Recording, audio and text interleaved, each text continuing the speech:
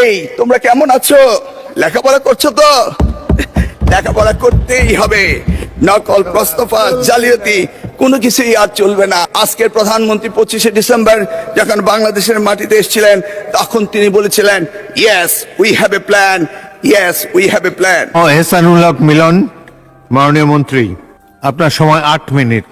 Mister speaker, আজ আমি লম্বা বক্তৃতা দিতে দাঁড়াইনি, কারণ বাংলাদেশের ইতিহাসে অতীতে যে কোনো সংসদের চেয়ে এই সংসদ একটি ইউনিক এবং একটি exclusive.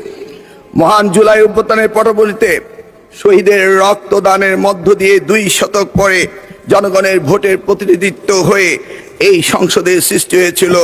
It is a very highly priced parliament in the country. যে কারণে লম্বা বক্তৃতা নয়, আমরা অনেকেই জানি এই অল্প সময়ের ভিতরে বক্তৃতা আমি দিচ্ছি, তার কারণ আমরা দেখেছি আমেরিকার প্রেসিডেন্ট আব্রাহাম লিঙ্কন তার জীবনের সবচেয়ে সংক্ষিপ্ত বক্তৃতায় একটি এমন উক্তি করেছিলেন যা যুগ যুগ ধরে মানুষের মনে রয়েছে, the government of the people, by the people, for the people. মাননীয় স্পিকার, এই মহান সংসদে আমি দাঁড়িয়ে আজকে আমার শিক্ষা ব্যবস্থার উপর 2টি কথা বলতে চাই। আমি দেখেছি শহীদ রাষ্ট্রপতি জিয়াউর রহমান মাত্র 16 দিনের জন্য তিনি শিক্ষামন্ত্রীর দায়িত্ব নিয়েছিলেন এবং তিনি এই শিক্ষার ব্যাপক পরিবর্তন এনেছিলেন।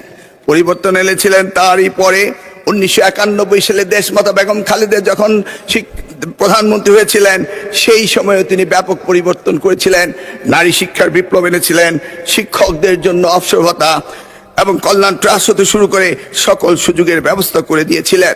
মাননীয় স্পিকার, আজকের এই প্রেক্ষাপটে আজকে আমাদের প্রধানমন্ত্রী তিনি নতুন ঘোষণা দিয়েছেন, 1 teacher 1 tab, free wifi, multimedia classroom হতে শুরু করে বিনামূল্যে স্কুলের ড্রেস এবং স্নাতক পর্যন্ত মেয়েদের উপবৃত্তির ব্যবস্থা, শিক্ষা খাতে মৌলিক বৈষম্য নিরসন এবং প্রাথমিক শিক্ষায় mid day meal, learning youth happiness হতে শুরু করে অসংখ্য, আমার এই স্বল্প সময়ে তা সম্ভব নয় বলে আমি আর বাড়াচ্ছি না।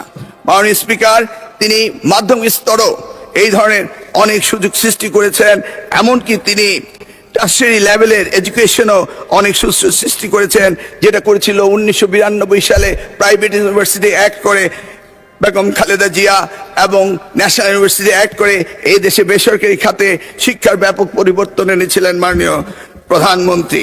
মাননীয় স্পিকার, আমরা জানি 2008 সালে মার্কিন প্রেসিডেন্ট বারাক ওবামা তিনি বলেছিলেন, yes we can do justice and equality, we can have the opportunity and prosperity, we can have heal the nation, yes we can repair the world। ঠিক যেমনি ভাবে আজকের প্রধানমন্ত্রী 25শে ডিসেম্বর যখন বাংলাদেশের মাটিতে এসেছিলেন, তখন তিনি বলেছিলেন, yes we have a plan, yes we have a plan.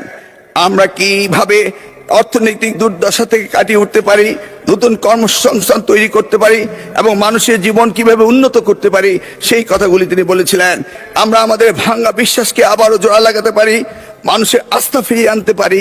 তিনি বলেছিলেন, yes we have a plan. আমরা এই জাতিকে সুস্থ করতে পারি, ঘৃণা ও বিভাজনের রাজনীতি থেকে ঐক্য এবং ফিরিয়ে আনতে পারি। Yes we have a plan. আমরা শুধু একটি দেশ নয়, পুরো পৃথিবীর জন্য পরিবর্তন আনতে পারি। Yes we have a plan. তার জন্য পুরনো বস্ত্রপ্রথা রাজনীতি থেকে বেরিয়ে আসতে হবে, ক্ষমতায় থেকে টেনে ফেলার রাজনীতি বাদ দিতে হবে, সমৃদ্ধ বাংলাদেশের পথে ঐক্যবদ্ধভাবে এগিয়ে নিতে হবে। মিস্টার স্পিকার, আমি সংক্ষেপে একটা কথা বলতে চাই। আজকের দিনে কিছু কিছু পাপের কথা উঠলেই কোথাও কোথাও বিশেষ প্রতিক্রিয়া দেখা দেয়। আমরা দেখেছি কারো কারো শরীরে জ্বালা ধরে, কিন্তু কেউ কেউ শুনতে না চাইলো। আমরা কি পাপের কথা ভুলে যাব? চাইলে কি সব ভুলে যায়? মিস্টার স্পিকার, আমরা সবাই জানি কিছু পাপ আছে যার কোনো ক্ষমা হয় না, যদিও না ক্ষতিগ্রস্তরা সেই ক্ষমা না করে দেন যেটা আমাদের পবিত্র কোরআন শরীফে রয়েছে।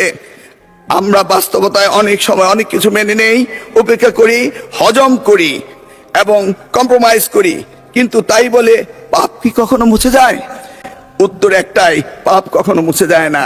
সত্যটা হলো, এই জাতির ইতিহাসে সবচেয়ে বড় পাপের ঘটনাটি ঘটেছিল 1971 সালে। 54 বছর পরও জাতি তা ভুলে যায়নি। তার প্রমাণ 2026 সালের 12 ফেব্রুয়ারি আজকের এই মহান সংসদে আমরা এসেছি। সুতরাং এই পাপের কথা আমরা ভুলে যাব না, বরং প্রজন্ম থেকে প্রজন্ম আমরা এই পাপের কথা বলেই যাব। মাননীয় স্পিকার, মিস্টার স্পিকার, পরিষদে আমি যা বলে শেষ করব তা সারা দেশের আমার অতি আদরের সোনামণিদের জন্য বলবো, তাদের উদ্দেশ্যে বলবো, এই তোমরা কেমন আছো? লেখাপড়া করছো তো? লেখাপড়া করতেই হবে। নকল, প্রস্তফা, জালিয়াতি কোনো কিছুই আর চলবে না। Mister speaker,